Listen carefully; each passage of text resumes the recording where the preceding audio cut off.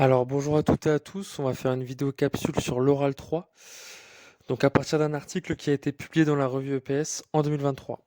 Donc tout d'abord, cette vidéo va s'adresser aux étudiants qui passent le concours du CAPES avec une nouvelle épreuve de l'oral 3 qui est arrivée en 2022. Et l'enjeu de cette épreuve, ça va surtout être de la comprendre. Donc pour commencer, je vais commencer par décrire l'épreuve. L'épreuve de l'oral 3, c'est un oral qui porte sur la motivation du candidat et sur son aptitude à se projeter dans le métier de professeur au sein du service public d'éducation. Donc il va tout d'abord y avoir une présentation où le candidat va exposer son projet professionnel et l'enjeu de cette présentation, ça va être de valoriser ses expériences passées que le candidat a effectuées jusqu'à sa présentation. Il va ensuite y avoir 10 minutes d'entretien et ensuite 20 minutes d'analyse en temps réel, sur la base d'une situation et sur la base d'un contexte professionnel. Les enjeux de cette présentation et de cette partie d'épreuve, c'est qu'en fait, la présentation ne vise pas à être exhaustive sur le parcours du candidat. Il faut donc sélectionner ses expériences passées, ses expériences professionnelles, pour véritablement les problématiser et les articuler autour d'un axe. Donc il faut puiser dans ces expériences des arguments qui sont reliés à cet axe, en montrant en quoi et sur quoi ses aspirations professionnelles, celui du candidat, se fondent, donc à dessein de devenir enseignant. Donc il s'agit moins de déclarer sa motivation, de dire en quoi le candidat est motivé, que d'en apporter la preuve tangible à partir d'éléments factuels qui prouvent l'intérêt donc pour l'EPS et son enseignement.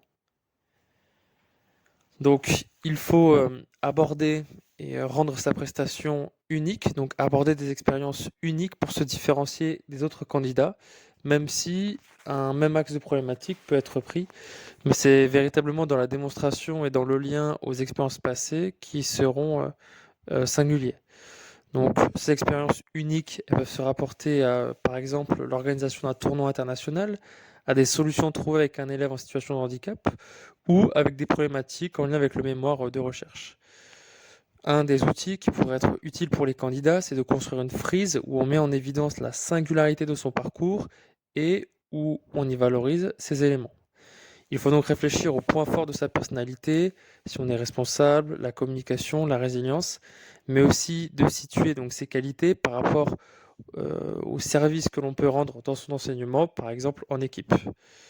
L'enjeu de toujours cette partie de présentation, c'est de montrer en tant que candidat que l'on est prêt à intervenir de façon compétente au sein d'un établissement, et ce en y abordant trois pôles principaux qu'on est capable de repérer: les éléments pédagogiques, les éléments attraits à la vie de l'équipe, l'intégration du candidat, donc à la fois sa différenciation, ce qu'il est capable d'apporter, ses initiatives, mais aussi ce qui fonde son assimilation au groupe.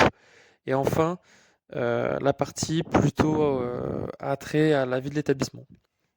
Pour cela, ces expériences doivent être traduites en s'appuyant sur les référentiels de compétences des métiers du professorat et de l'éducation. Donc c'est une grille de compétences qui est trouvable sur Internet. Et il faut donc reprendre des éléments de son CV, de son parcours, avec des liens tangibles aux compétences du référentiel. L'important, c'est aussi de rester lucide et de montrer qu'on n'a pas pu développer toutes les compétences qui sont attendues.